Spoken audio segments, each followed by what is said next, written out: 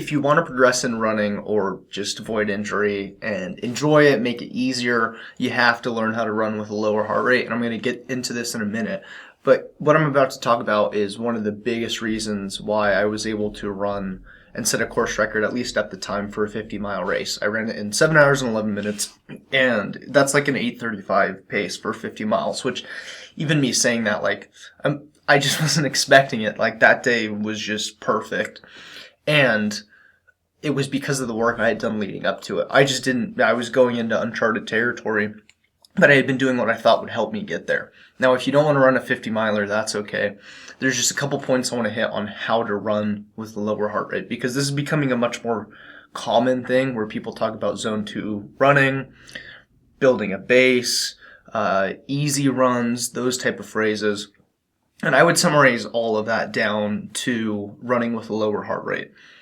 And so there's variance depending on recovery and did you sleep or drink or the food there's so many things.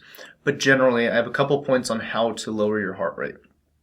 The first thing we need to understand is when you run with a lower heart rate, zone 2, easy running, you start to build a base and you eventually get more efficient if you stick it out. So if you run at 140 beats, for example, that's my zone 2. If I run at 140 beats per minute for months, over time, I will be able to run faster at a lower heart rate. So when I first started doing this, like 4 years ago, I was running like 14-minute miles. Like I had to walk, run, walk, run, walk, run.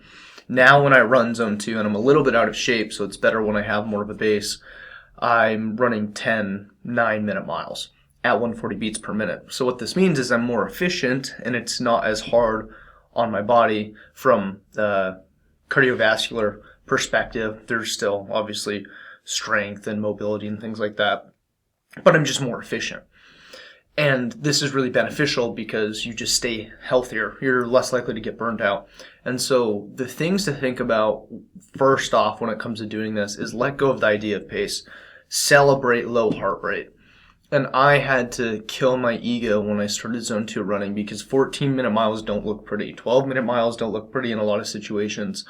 What I had to focus on is look at that. I did an hour-long run at 135 beats per minute or 140 beats per minute average.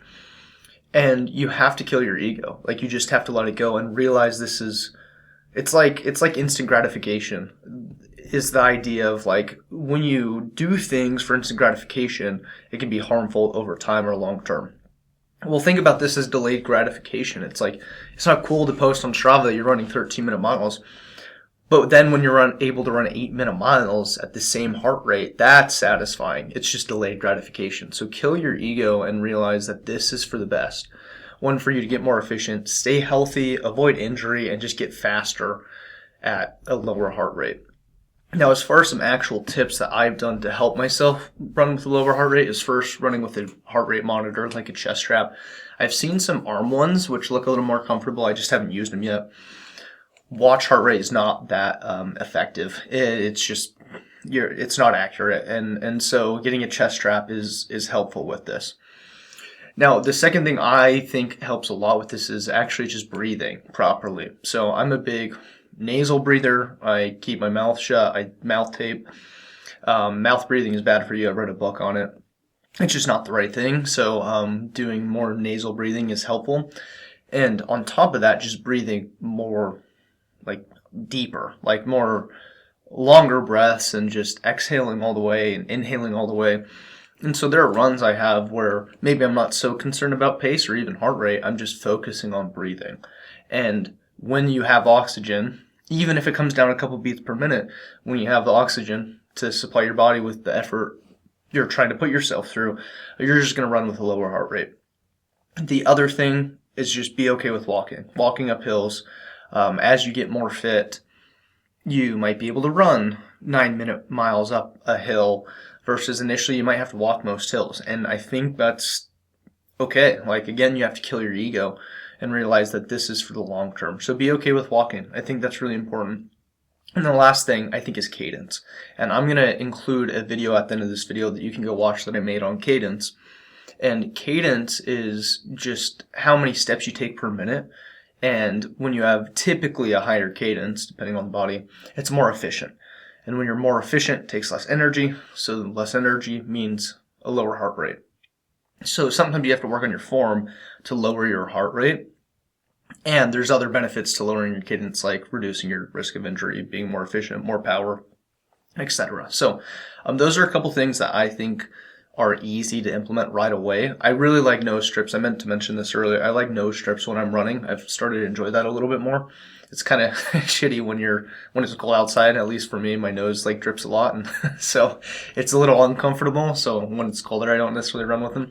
But I've really enjoyed running with nasal strips, or you can get these things that have metal plates, and then it's a metal band, and it's just better in my opinion. So that can help too. That can help with you breathing. It's a good reminder when you have that on, because it's hard to forget about, and so it reminds you to breathe more. So anyways, I hope you got something out of this video.